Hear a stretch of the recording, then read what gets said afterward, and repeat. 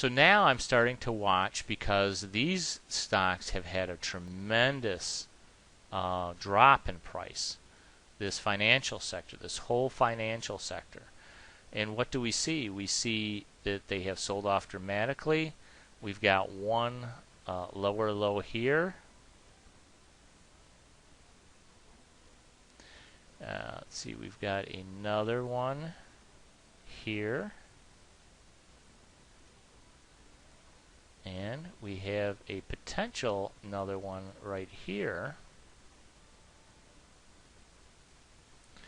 And it looks like I've drawn this little resistance line here. Prices went through it. They dramatically, went up from there. They sold back off. They went below this line again. They went dramatically back up again. They went back up to these levels here, and then they sold off again. And recently now, it looks like they haven't dipped they didn't dip below this price level as deeply as they did back here, but we still have a couple of days here where it's below that resistance level. But I mean, if you're a technician, you might say, well, this could be a reverse head and shoulders pattern.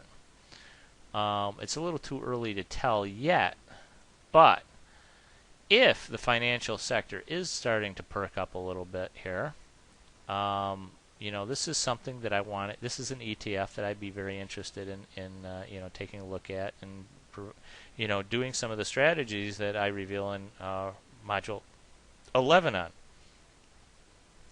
on. Another potential new sector, believe it or not, is the home builders. I mean, the home builders have just gotten absolutely creamed because of the subprime deal. And the economy in general has been very, very rough on the home builders. This is an ETF, XHB, on the home builders. And I started drawing some of my channels. It kind of broke up through one of these channels, and now I've got this uptrend channel going, but it doesn't appear that it's holding this line here. And that's very significant because when it does not hold a channel line like that and it falls below it, it shows quite a bit of weakness. In addition, the 200-day moving average, it kind of hovered above it a little bit, but now it's fallen below it. Until it moves back up above that 200-day moving average, I may not be interested in even, considering it at this point.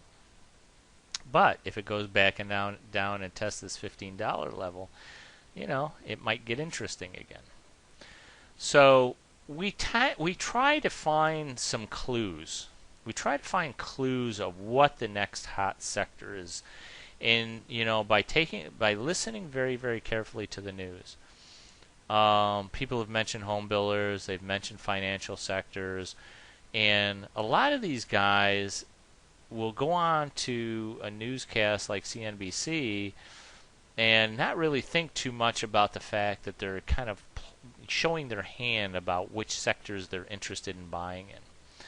For example, a couple of people today mentioned that Lehman Brothers looked very, very attractive at this $30 level. They have had a tremendous sell-off from 82 all the way down to 30, primarily due to this whole subprime mess that the financials have been involved in lately that have really, really hurt them. The whole Bear Stearns thing that happened about a month or so ago.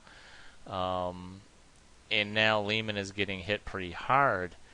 But some people have said that this looks very attractive. Well, I'm not so sure about that. I don't think I'd be interested in buying at these levels. I would like to see some institutional support. Some of the institutional support that I would like to see are some black bars like this one, perhaps.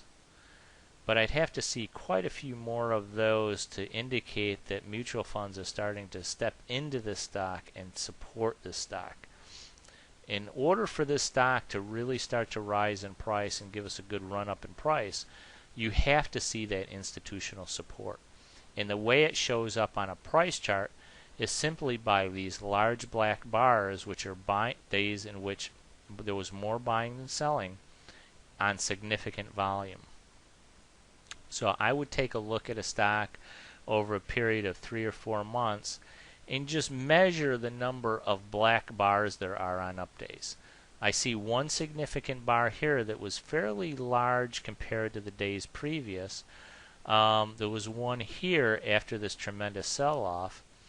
But other than that, I haven't seen anything really unusual. In fact, today there was a huge sell-off in the stock on very large volume. So I'm a little bit concerned about that large volume. Now, if it should pop up back up again and come back down to this level on very light volume, that shows that the selling has pretty much dried up in the stock, and maybe at that point you could take maybe a small position according to the guidelines that I give you in Module 11. So what else do I use to determine where a stock or an index, especially for our monthly income trades, how should you use some of these tools?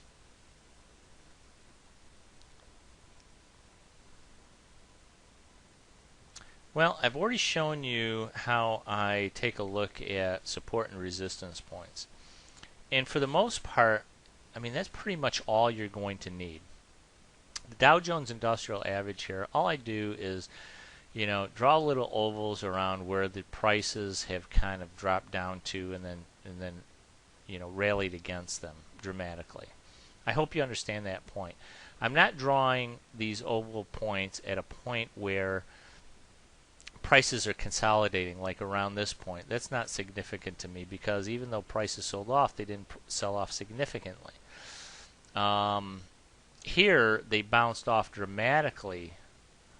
Right here they hit a point and they bounced dramatically higher. Same thing here. It hit a point and it bounced dramatically higher. It hit a point and bounced dramatically higher. It hit a point and bounced dramatically higher. That's what I'm looking for. I'm not looking for just about any point. I'm looking for those points in which the market has hit and there was a significant sell-off afterwards, or it was a point where the market had hit and there was an increase in prices dramatically afterwards. Those are the only points I'm really interested in.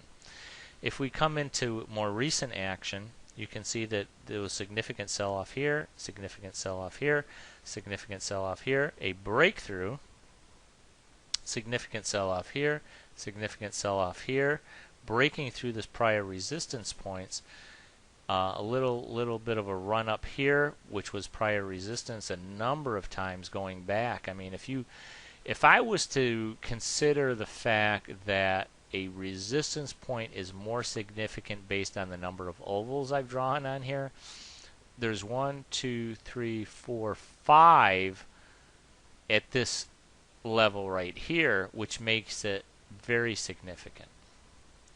So when a price does come back up to it, you might say, hey, you know what? It dropped, it sold off here, it sold off here, and it sold off here. It'll probably sell off again. And that's exactly what happened. And that's in a daily review that I did for this day here, which was May 29th. I noticed that there was a significant amount of bearishness because it did hit this resistance point, and the next day, which was May 30th on a Friday, the daily review that I did for that day, I indicated that I was extremely bearish on the market, and I took a position, a put position in the Qs at that point. So you can use support and resistance points as determinants of where prices may go. Again, you can never predict the future price of a market, but you can manage the risk that you're in on a particular trade based on support and resistance points alone. If you learn nothing else about technical analysis, you can live and you can survive and you can thrive in the markets just based on support and resistance points. That's all that you need. Now, I've added a couple of other interesting tools to my arsenal when it comes to technical analysis, and that is channels. I like to use channels.